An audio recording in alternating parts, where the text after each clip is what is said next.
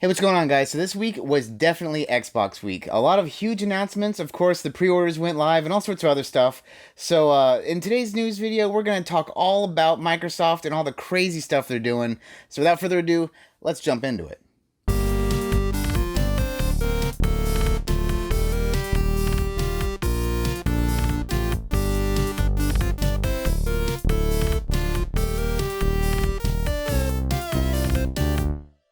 So, in chronological order of the week, the first thing that happened, and this is the day before the Xbox pre-orders go live, which definitely was a very conscious choice. Microsoft bought a small company, you might have heard of them, Zenimax. They own certain studios like Bethesda. Yeah, they also own id, amongst others. I mean, wow. The IPs alone are a gold mine for Microsoft. These IPs, though, come with a hefty price tag. The deal was $7.5 billion with a B dollars. But wow, what does this mean for the gaming landscape? So much. There's a lot of hate, of course, from people saying that, oh man, that means that Microsoft is going to basically withhold these properties from other consoles. Only because other companies seem to do that, right? I mean, PlayStation definitely says, hey, God of War is ours only. What are you going to do about it? Nintendo, with Zelda and Mario. You don't see Zelda and Mario anywhere else. But my thought on this is, look at Microsoft's strategy that they've been running. They have been putting their games on other consoles because they know it does two things. One, it's more sales. I mean, you don't buy a bajillion game companies and publishers and stuff and make games to just pigeonhole it into one area. If you can spread it out, then you're going to try to do that. But the other thing that they do is, they like to kind of promote their Game Pass option. Now, so far, every company that they own, all of those games are on Game Pass for free day one. So it's a good thing to assume that's probably going to be the case here, which means that once this deal does get finalized, you're going to see Fallout, Elder Scrolls, Doom, all sorts of these games likely on Game Pass for free, and then going forward, likely on Game Pass for free day one. In fact, the deal isn't even complete yet, and Doom Eternal goes on Game Pass October 1st, next Thursday. So you can kind of see where they're going with this. Now, the reason I think they're definitely not going to withhold all of their properties, I'm going to say all, with a little star here, all of their properties is, when you go onto your PlayStation or your Switch and you're playing Doom or whatever, and somehow in there, maybe on the boot up screen it says, on Game Pass or what have you, it gets people thinking oh man, hey, this game's on Game Pass, that game's on Game Pass, this game's on Game Pass, maybe I should just get Game Pass, and then all of a sudden, boom, another subscriber. And that's Microsoft's end game. They're not trying to sell consoles or one at a time at here. They're trying to sell subscriptions because they know that if you have the recurring subscription, you're basically having recurring money, right? Forever. So that's also why they kind of got rid of their buy a whole year of Xbox Live kind of thing. If you notice, that just kind of quietly disappeared. Yeah, because, why would you want someone paying $60 once every year, granted, or paying $15 a month for everything? So that's my thought on it. I don't believe they're going to withhold properties. I mean, the next Elder Scrolls game, if you can sell 1 million copies on Xbox and then another million on PlayStation, even if there are some fees rebating less money through PlayStation, you're still going to be making that money and you're going to want to make those sales. I will say that they will have some exclusives, obviously. I mean, they're not going to be huge ones, but maybe offshoots. Let's say maybe now that they own Obsidian and Bethesda, if they make some kind of Fallout New Vegas 2, that I could see being an exclusive, only because it's not mainline, it's not main title. But what do you guys think? I mean, this acquisition is massive, and if you say oh, they bought a dying company, because granted, Fallout 76 has not been doing well for Bethesda, but I mean, for those people who are saying, oh, you bought a crappy company, good job, that's very short-sighted, very short-minded.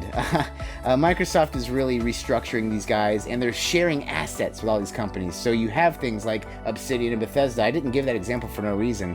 Now you basically can force them to work together and share all their stuff. But what do y'all think? What do you think about this acquisition? Does it scare you? Do you think they're going to withhold a game you want from a console that, you maybe don't have an Xbox?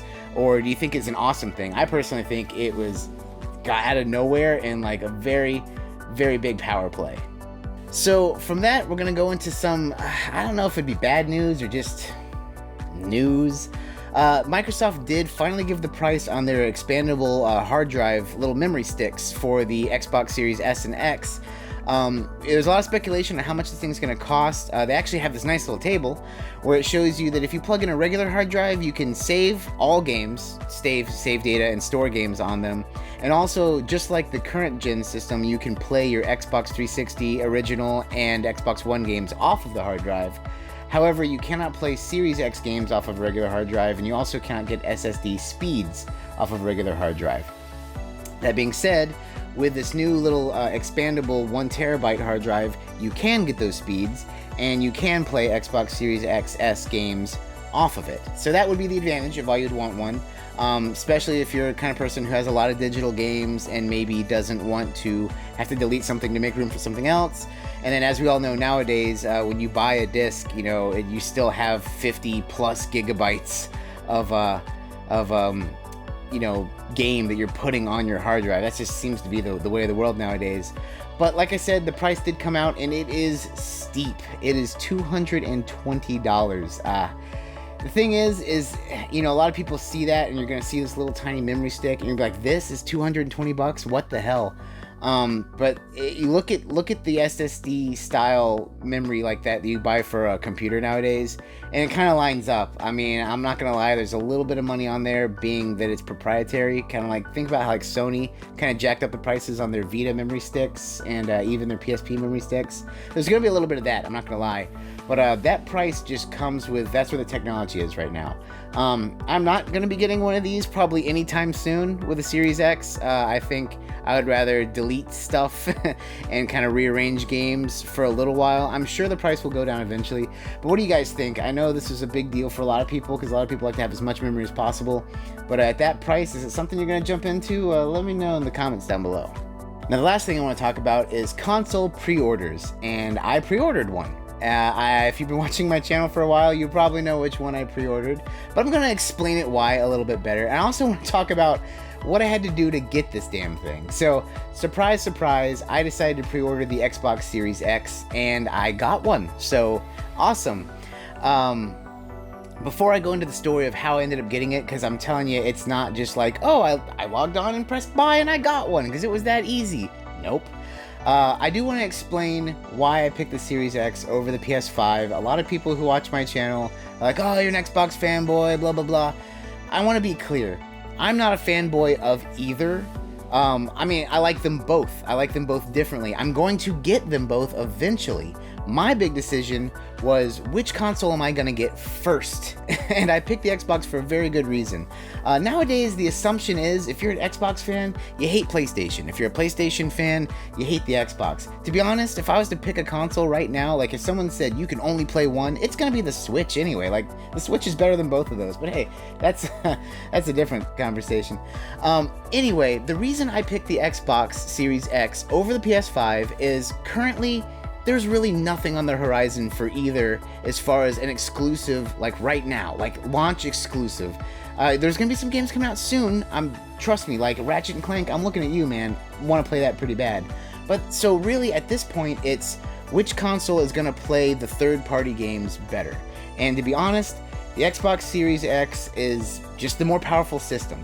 So that's what really guided my decision in picking one or the other. But that also, there's more parts to it than that. I'm going to say another big driving factor is if you've seen any of my videos, you know I love collector's edition stuff. So in my mind, I'm going to get one console now, right? So to me, that's the most powerful console, the Xbox. And then the next console I'm going to get, or whichever one I ended up pre-ordering first, the second one is definitely going to be a collector's edition console, right? Something cool, something like, oh yeah. And I'm not going to lie, I love Xbox, you know? They have not made a collector's edition console that I cared about ever. I mean, they're all, to me, and sorry if I step on some toes, they're all ugly as sin. Like that Gears of War Xbox 360 looked like trash. I can't even think of it. The Halo Xbox One, where every time you turn it on, it sounds like a beam sword. Like, cool. I mean, Microsoft has never made a console variant that I was like, oh my god, I need to rush out and get that. The only one ever that I think is awesome is probably like the original Halo Xbox, like OG Xbox. That thing is dope, and I have it, and yeah, it's cool. But other than that, no thank you. On the other hand, Sony makes the bomb collector's edition consoles. I mean, like, the God of War one is amazing. I mean, say what you will about Destiny, like, that game is like very high and low, but man, that console looks beautiful. So in my mind, I know Sony's gonna come out with an awesome variant. So I was like, you know what? I'm gonna go ahead and get the Xbox, and then a cool PlayStation 5 is gonna come up in the future. I'm gonna buy that one, and that's my plan, you know. So, you know, hate me if you want, but that's definitely was where I was going with this. Now, getting the Xbox, oh my god. So when that day happened, you know, every single video in the world was like, oh, Xbox's launch is just as bad as PlayStation. I have umbrage with that. PlayStation gave nobody heads up. PlayStation, you know, Sony last week, and I made sure I said this, they were like, hey, we got consoles coming out tomorrow, which was a lie, because they said they were going to give you plenty of time, plenty of heads up, and they just like, boom, we're dropping tomorrow, and then everyone scrambled, websites crashed. It was terrible, and it was Sony's fault. I mean, you know, I'm turning off the, you know, the controversy here of if I'm a fanboy of one or the other. Blatantly, that was Sony's fault. They dropped the ball. That was very horrible of them for their fans who were looking for a PlayStation 5. Xbox, on the other hand, Microsoft, they were extremely transparent. They told you what country you're in, what day it was going to be, the 22nd, and what time you were going to be able to pre-order. And to make it even like more that they were not dicking around with this, where I work at is on a military base, and they have a GameStop there. At that GameStop, they actually open up at 9 o'clock. So if you want pre-orders, that's the one to go to, because it opens up hours before any other GameStop. And originally, they were saying, hey, we're going to have our pre-orders at 9. The website, of course, Xbox themselves, Microsoft, they said, hey, it's going to be at 11. They got a call that morning saying you are not allowed to open up your pre-orders at 9. So they took it very seriously. They were not about to say, hey, you know, we did the same thing PlayStation did and lied, essentially. They gave you a time, they gave you a date. So all of the stuff that happened, my story, which I'm about to give included, is entirely not Microsoft's fault. It's the retailers. Now, my story. How did I get an Xbox Series X?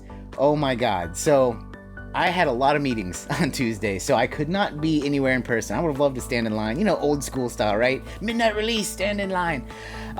Yeah, so instead, I had a crack team of me, my wife, and a really good friend of mine, Nathan. And we had a group chat going, and we're like, all right, here's the plan. Wolf, I am going to be checking out Best Buy. My wife was checking out Amazon. My buddy Nathan was checking out Target for us, and we were all going to be ready at 11, refreshing. Whoever got one first, put in the group text, hey, I got one. And then, so if it was me, obviously I'm good. If it was my wife or Nathan, I was just going to PayPal them the money. You know, solid plan. I got 3 people looking out. We are going to kill it.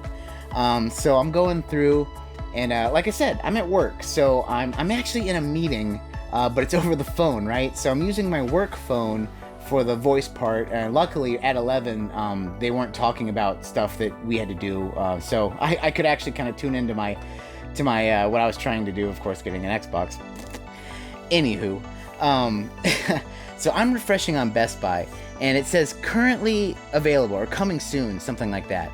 And every time I refreshed, it never changed the whole time. And that's the whole time. I don't know if anyone, I'm sure people got pre-orders on Best Buy, but I surely did not even get the opportunity to. Every single time I started refreshing a minute before 11, and I think up to 20 minutes after, Best Buy for me never popped up. During that time, my wife got one in the cart on Amazon. Oh, hey, we got one. Everyone's like, hooray, celebration. She goes to checkout. Just like normal, just because it's in your cart, that doesn't count. She gets it in the cart, presses checkout. Oh, these are unavailable. We're out. Then now we got my buddy Nathan. He has his in his cart on Target. And guess what? The website is crashing. You can't actually buy anything. It's in his cart, and you can see it, but you can't actually buy it. My wife jumps onto Target. Same thing. They both now have them in their cart. They can't buy them. Then I see a text on my phone. It just says Walmart.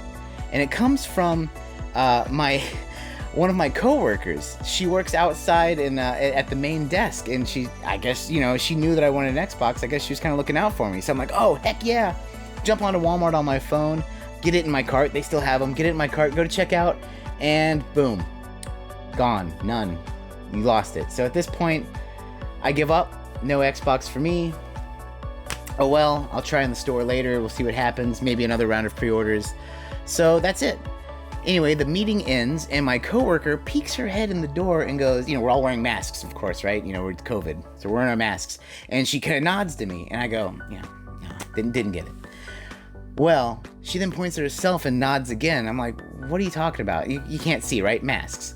I go out there and talk to her. She's like, yeah, did you get my text? I said, yeah, Walmart. I tried. Missed it. She's like, no, did you look at all the texts? And I look at my phone, and there's 5 texts, and it says, hey, I found some pre-orders. They're at Walmart. Do you want me to get you one? A bunch of question marks. Okay, I just got one just in case. What? So I owe my coworker big time. So, I didn't even ask her or anything. She went and just knowing that I wanted one, found one on Walmart.com. She knew that, if something happened and I ended up getting one, that I guess she could return it and get her money back. But yeah, so she totally scored it for me. Thank you so much, Amy. You are a lifesaver. But that's my story. It should not have been that hard. It definitely shouldn't have been. And I 100%, like I said in the beginning of this, I don't blame Microsoft, obviously. You gotta kind of blame the retailers. And I'm not even blaming the retailers for the fact that their websites crashed. You can't expect, that much traffic that your website won't crash. But the real problem here is carts. If you have something in your cart, there should be like a 5-minute lock. I'm not saying let it sit there all day, but you should have it locked in for 5 minutes. That's just my views. What do you guys think about this? Did you pre-order an Xbox or did you pre-order a PS5? Either one of them. Tell me your success or horror stories in the comments down below, because mine was a horror story turned success, but God, was it stressful. So my question of the day today is actually going to be the one I just asked. Did you get an Xbox Series X or a PS5? Did you even try? Put it down below if you got one and which one you got. And that's going to do it for us today, guys. Hey, thanks again so much for watching. This has been a crazy week for Microsoft for sure. But hey, if you guys liked the video, please give me a thumbs up or a thumbs down if you didn't. Subscribe if you haven't, because we're going up there. And hey, as always, take it easy.